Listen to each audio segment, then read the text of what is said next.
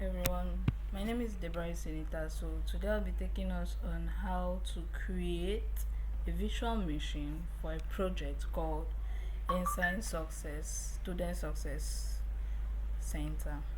So we have already created a VM using AWS Lab. So we'll just make proof of all the things we've done so far.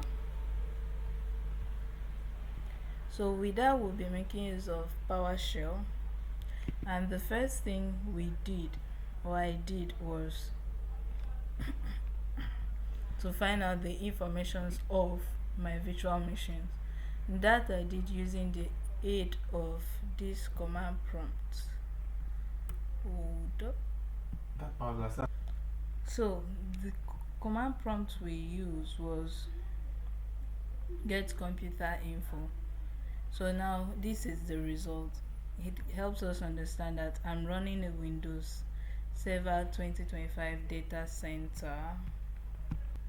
So, and then I went further to get the information of my ADD domain using this command here, and you find out that my DNS root is ensignsuccess.com. My NetBIOS name is Ensign Success. Then after that, we went further to get the Windows features, AD domain service, to check if they have been installed with domain name server and a DHCP. So as you can see, with this code I was able to get that my AD domain service installed, my DHCP server, my DHCP is available, and my DNS is installed. I also went further to check if I have really created the organizational unit, and as you can see here, we have domain controllers with their distinguished names. My domain controller name is Ensign Success, and that I have the following organizational units: student advisors and the center manager. They are all being created. Now we went further to list out the respective user accounts we have. So using this code, get AD user, filter it such that we have properties such as members of where they are located, and it was able to give me the following results. Now you see I have the following users in my domain controller and my domain server. The first user is first student advisor, second student advisor, third student advisor, fourth student advisor, fifth student advisor. You now have a backup domain administrator account. You have a center manager. So these are the accounts you can find in my domain server. So with that, we also want to find out which the folders I created for these users, have they been shared. And I made use of this code, get dash smb share where, and I made sure that it selected the name, the part, the description, and it is given in a format table auto size. So as you see, the folders I have here are three. You have center manager, you have center manager sharing, and sharing student advisors. So these three folders have been shared. Sorry about. So after that, we went further to check their permissions and the access they've been given. So for the following folder, center manager, we see that it has been given the following access and it has been shared, and the same thing goes to sharing student advisor. But for a better explanation, I will go to File Explorer to look at it very well.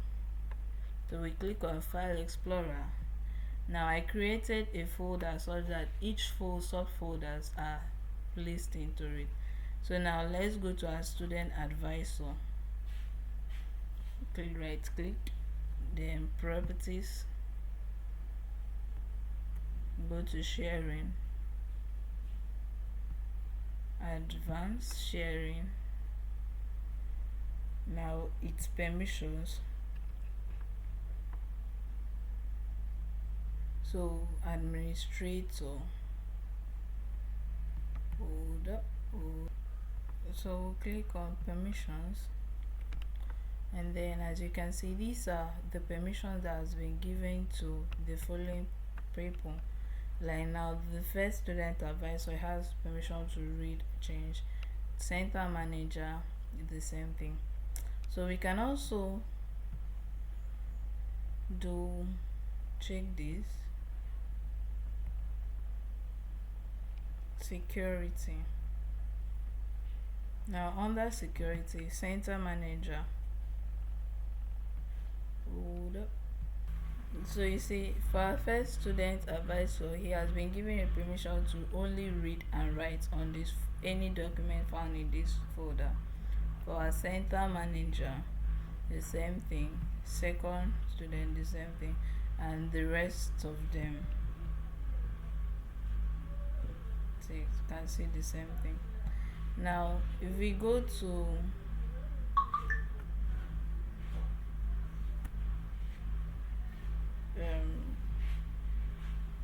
center manager folder, right click, properties, security.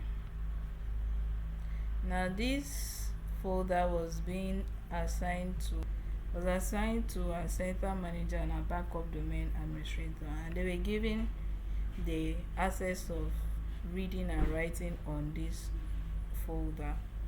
So if we go to sharing, under sharing you check share. You want to see the names of the people this was shared to.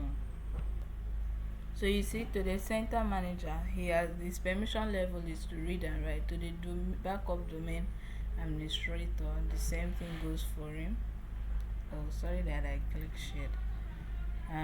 With that done, you can see that the folder that was created has been shared. So back to our PowerShell. The next thing we did was to check on, calm down, was to check who has access to this document using this code, this command. As you can see here, who has access to this folder. So now you see, to the center manager folder is just the center manager and the backup domain admin. And to the sharing student advisor, this is the part of this sharing, the student advisors folder. It's, you have the center manager, the first, the second, all the users have access to it. And then with that done, hold up, we went further to check for security groups. Yes. Oh god. Sorry, rather for group policies using the above code, group policy results. Now you see, for this group policy and results, you have our configuration. OS configuration is primary domain controller.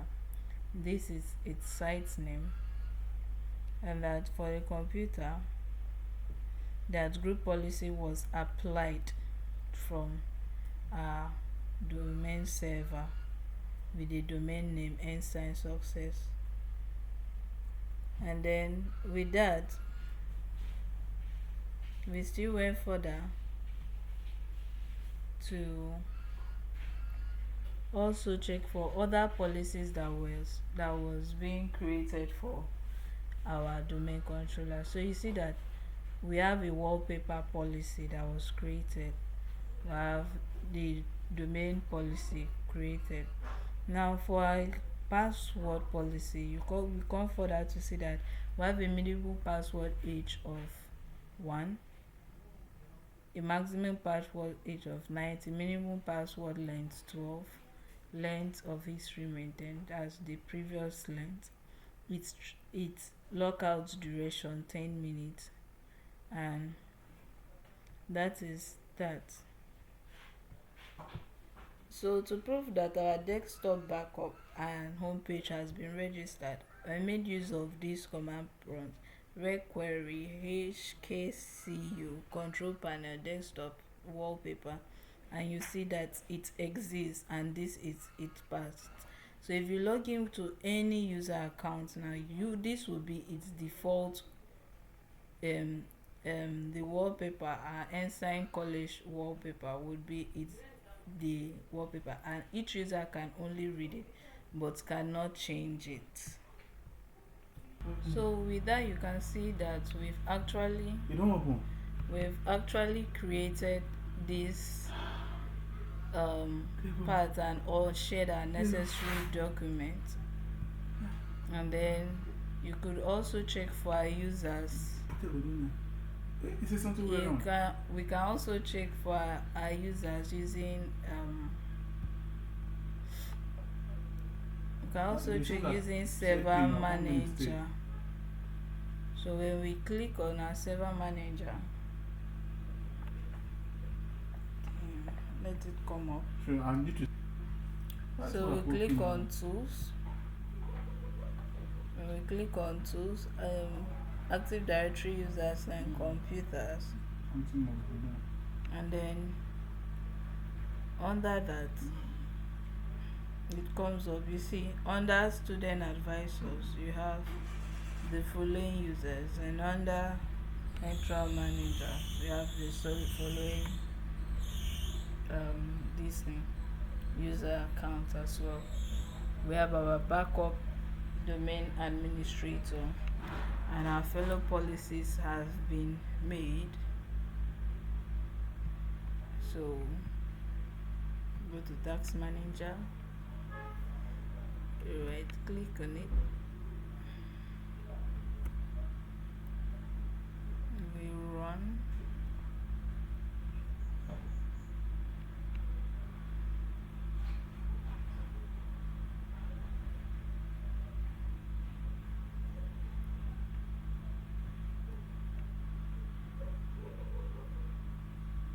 We go to our forest,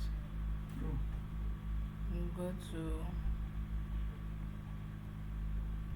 So now this will prove that our wallpaper has been shared with everybody and that policy has been created.